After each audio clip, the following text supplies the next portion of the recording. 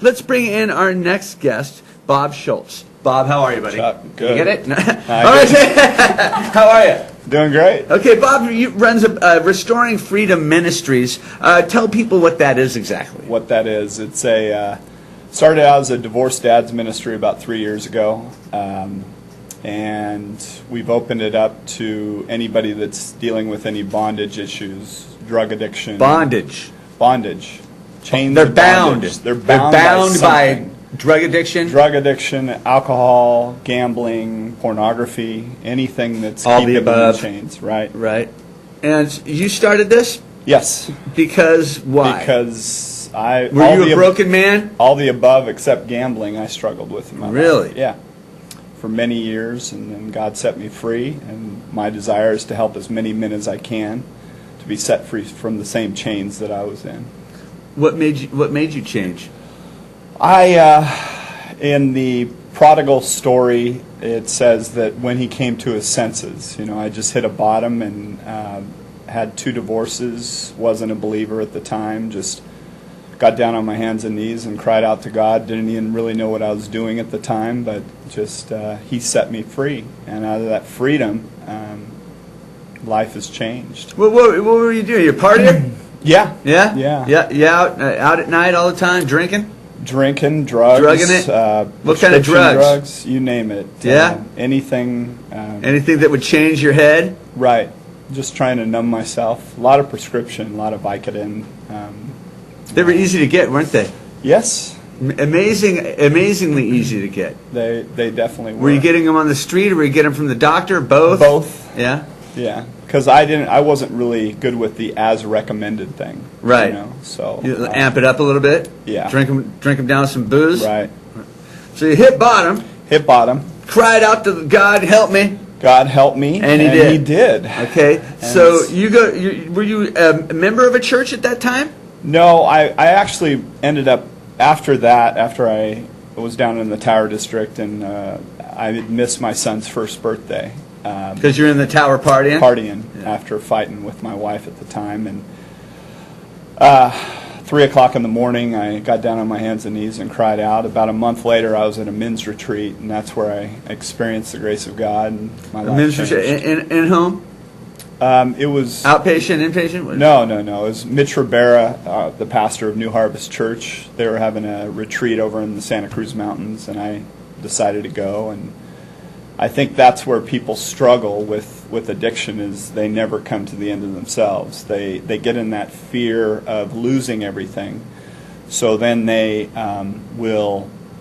they're in that self-pity because their life's fallen apart, but they never come to the end of themselves. So they have another drink. So they, as soon as the emotions go down of, I'm trying to change the behavior, now all of a sudden when the emotions go down, then they go back to their natural state, which is trying to numb themselves. And until Christ comes in and sets you free from yourself, now out of that, you have a greater purpose for life. And one of the beautiful things is when life in the world is not about you, that's where you truly experience freedom. Then you're able to love others unconditionally without needing anything back from them. So that's kind of what our group's about. So you're in Santa Cruz Mountains, you go on this retreat, and you said that's when it happened. Did God speak to you, tell you that you should do the Restoring Freedom Ministries? No, that wasn't until later. I really don't know how that. I just started. Fix yourself first. Yeah, definitely. Okay. And I was always trying to fill myself with other things. Tim Keller talks about idolatry, putting things into your life that try and take the place of God, and yet only God can take that place in our life. And when we humbly submit to Him and we set ourselves in that place, that's where we experience the fullness of life. How many people? How many men are doing the Restoring Freedom Ministries? We have about 35 guys coming off and on, about 20 to 25 every week.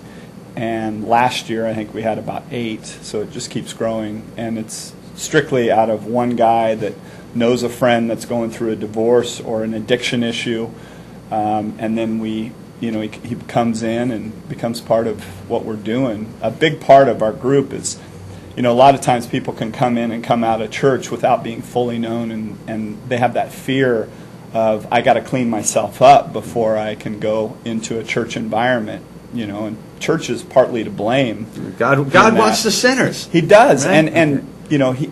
Let me ask you this, Bob, because I don't want to run out of time. Right. There's a good chance there's people out there watching that are a little broken. Right. Divorce, drugs, alcohol, whatever. Right. Okay.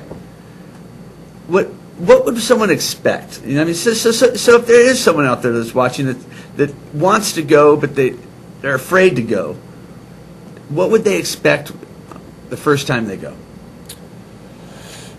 They can just come and listen and experience the fact that they're going to be loved and accepted right where they are. Okay, and out of that, then we're going to pursue God together and find freedom in their life instead of being in those chains. You tough on them? No, not at all. It's that place of, there's no judgment. No, because we're all broken and we fall short of God's glory. All of us do. And that's the thing. A lot of the stuff that we're doing is from a guy named Matt Chandler out of Texas, and he's got a ministry, Regeneration. Of it's okay to not be okay. It's just not okay to stay there. So the community aspect of it is there's. Guys are calling each other every single day. They're praying with each other, and they're carrying the burden of their brother that's struggling, right? Because we truly love one another. And a lot of times you don't get that inside of a big church. You go in and you feel like you're being judged, and there's that Christian veneer of, I can't be transparent with my struggle because then I'll be judged. Wow. When do you guys meet? Tuesday nights at 6:45 at New Harvest. New Harvest is located where? 698 North Minnewawa, right, not too far from the Clovis Graveyard. Okay, so Minnewawa and? Near Minnewawa and Herndon. Okay. Bob, thank you for what you're doing for the men in the valley. All right. If you guys are struggling, get a hold of Bob. He's a good guy.